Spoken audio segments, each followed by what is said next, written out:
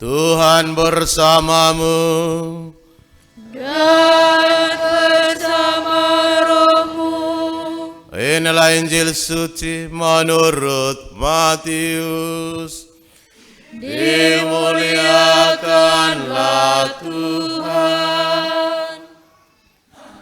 Sekali peristiwa, ketika Yesus melihat orang banyak yang mengikutinya, tergeraklah hatinya oleh belas kasihan kepada mereka, karena mereka lelah dan terlantar, seperti domba yang tidak mempunyai gembala. Lalu kata Yesus kepada murid-muridnya, tuaian memang banyak, tetapi pekerjaannya sedikit. Karena itu mintalah kepada Tuhan yang mempunyai tuaian, supaya mengirimkan pekerja-pekerja untuk tuaian itu. Yesus memanggil ke-12 muridnya dan memberi kuasa kepada mereka untuk mengusir roh-roh jahat dan untuk menyembuhkan orang-orang dari segala penyakit dan kelemahan. Inilah nama ke-12 rasul itu. Pertama Simon yang disebut Petrus dan Andreas saudara, Yakobus anak Zebedius dan Yohanes saudara, Filipus dan Bartolomeus, Thomas dan Matius pemungut cukai, Yakobus anak Alfeus dan Tadeus, Simon orang Selot, dan Yudas Iskariot yang mengkhianati Yesus. Yesus mengutus ke-12 murid itu dan berpesan kepada mereka, janganlah kau menyimpang ke jalan bangsa lain atau masuk ke dalam kota orang Samaria, melainkan pergilah kepada domba-domba yang hilang dari umat Israel. Pergilah dan wartakanlah, kerajaan surga sudah dekat. Sembuhkanlah orang sakit, bangkitkanlah orang mati, sembuhkanlah orang kusta, usirlah setan-setan. Kamu telah memperolehnya dengan cuma-cuma, karena itu berikanlah pula dengan cuma-cuma. Demikianlah sabda Tuhan. Terpujilah Kristus.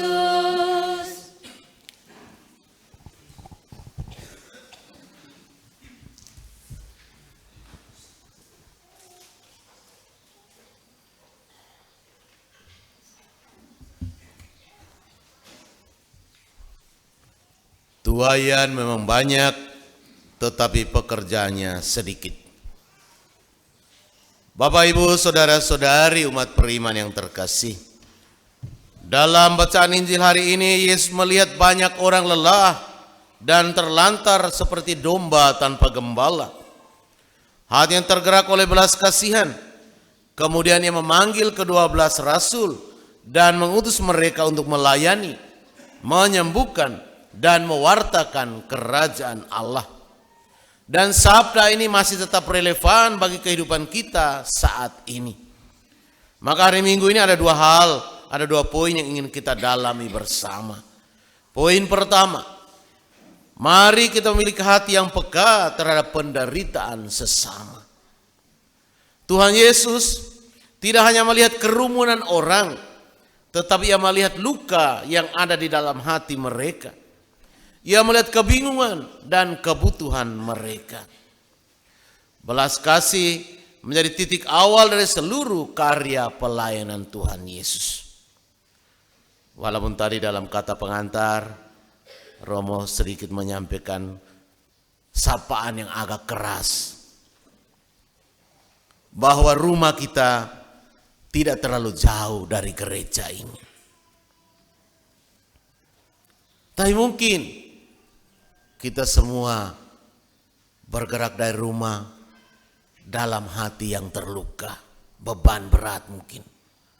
Ada persoalan-persoalan yang mungkin tidak bisa kita selesaikan.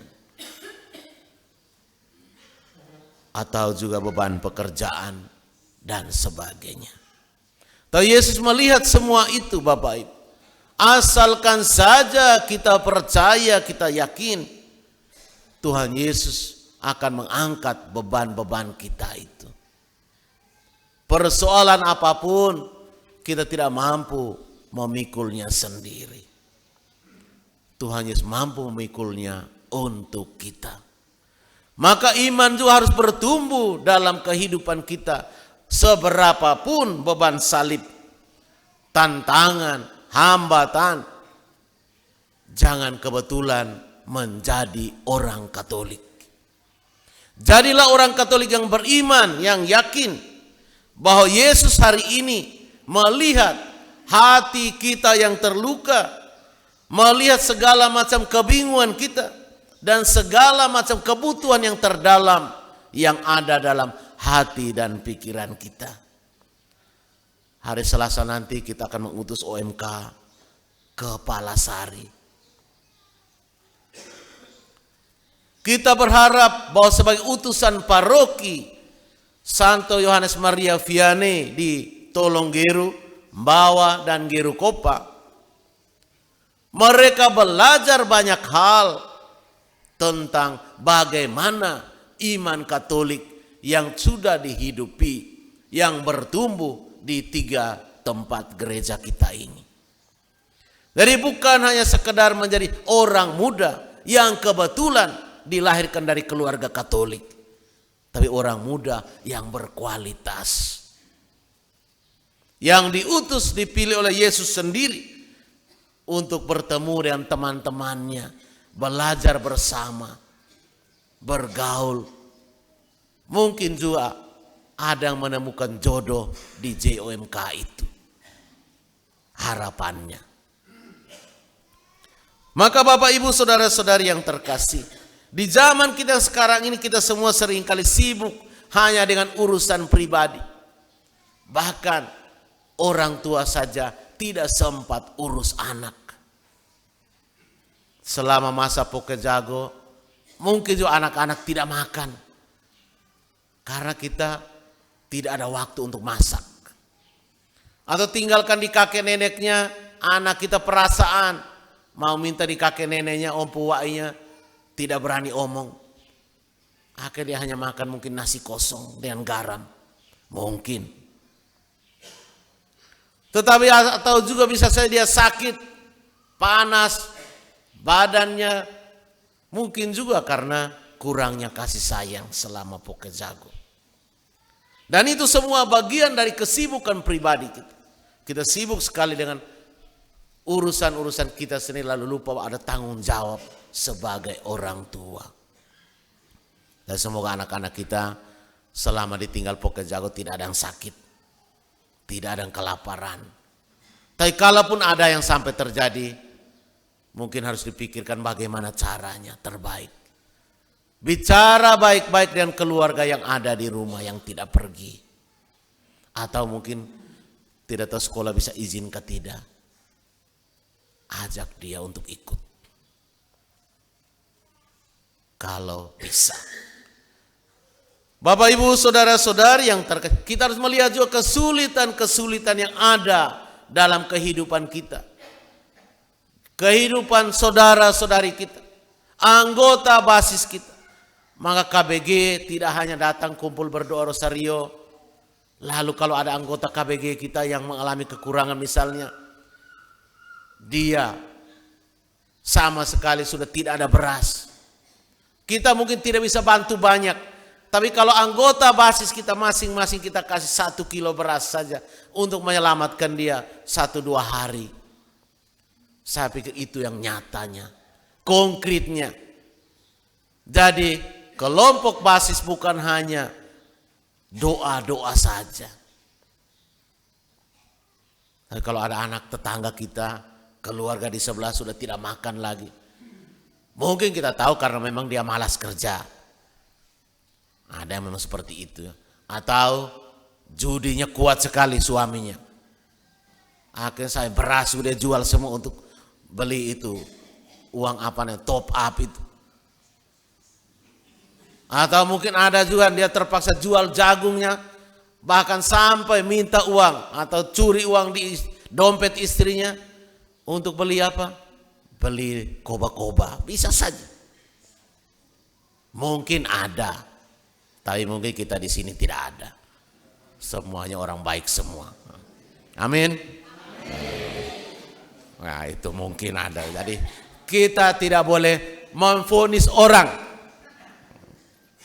Refleksi pribadi, renungkan pribadi.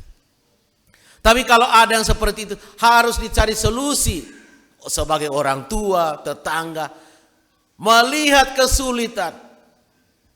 Tidak semua orang bisa tembus, mungkin ada orang dekat dengan dia. Dek, atau sebagai anaknya, atau sebagai cucunya.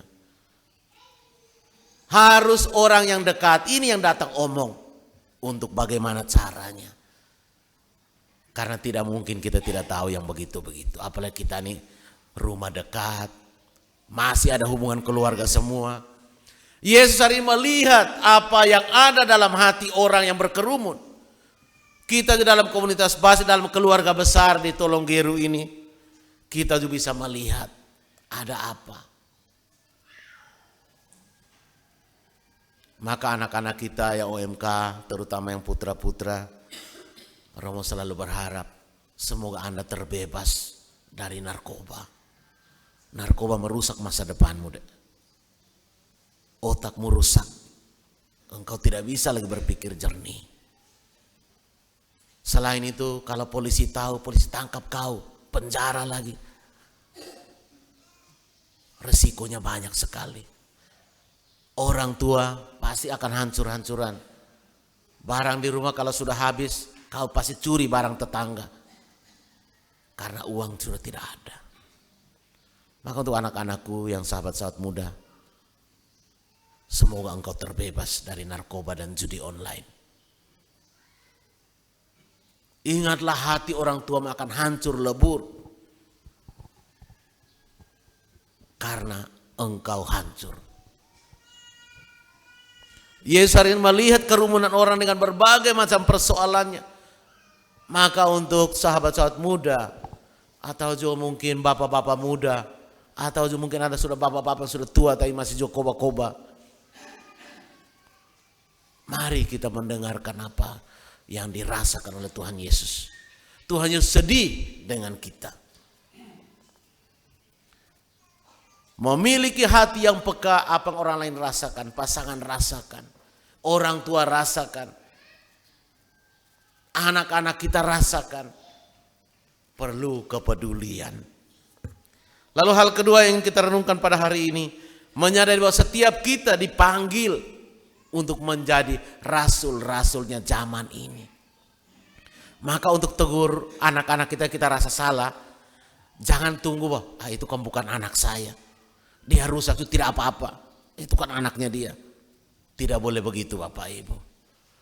Sebagai orang Katolik memiliki tanggung jawab yang sama. Yang penting kita panggil dia baik-baik. Tidak boleh juga mempermalukan depan orang banyak, tidak bagus. Datang ke rumah pribadi, panggil dia. Kalau kita tahu, atau bila perlu dekati itu orang tuanya supaya tidak saling berantem kita nanti. Sampaikan ke orang tua. Sampaikan ke orang yang lebih dekat dengan dia. Semua kita diutus untuk memperbaiki. Karena kita rasul-rasul sekarang. Tuhan Yesus pagi ini memanggil 12 rasul. Itu sebagai perwakilan kita semua. Bahwa panggilan ini bukan hanya untuk Romo, bukan hanya untuk suster, tapi panggilan untuk kita semua. Sebagai pengurus basis, pengurus lingkungan, atau sebagai orang tua, sebagai ompu, wai untuk cucu-cucu kita. Tanggung jawab itu milik kita semua. Maka poin besarnya adalah menjadi rasul yang penuh cinta kasih. Bukan untuk mempermalukan anak-anak kita. Jadi kalau mau tegur, pribadi. Dia akan dengar. Tapi kalau kita di depan orang lain, pasti dia akan malu dan dia tidak mau pasti. Jadi Bapak Ibu Saudara, kitalah rasulnya zaman ini. Kita semualah yang diutus sekarang ini. Yesus sudah tidak punya tangan. Yesus sudah tidak punya mulut untuk omong lagi langsung seperti sekarang. Yesus sudah tidak punya kaki untuk jalan ke sana kemari untuk mendekati mereka-mereka yang punya persoalan. Yesus hanya bisa pakai telinga kita untuk mendengarkan, mulut kita untuk omong yang baik-baik, menasihati yang baik-baik, mata kita untuk melihat mereka membutuhkan bantuan kita, kaki kita untuk melangkah ke sana. untuk tolong mereka. Masihkah kita mau menjadi orang-orang utusan Yesus, rasul-rasul Yesus zaman ini? Semua kita masih bersemangat untuk itu. Tuhan memberkati kita. Amin. Amin.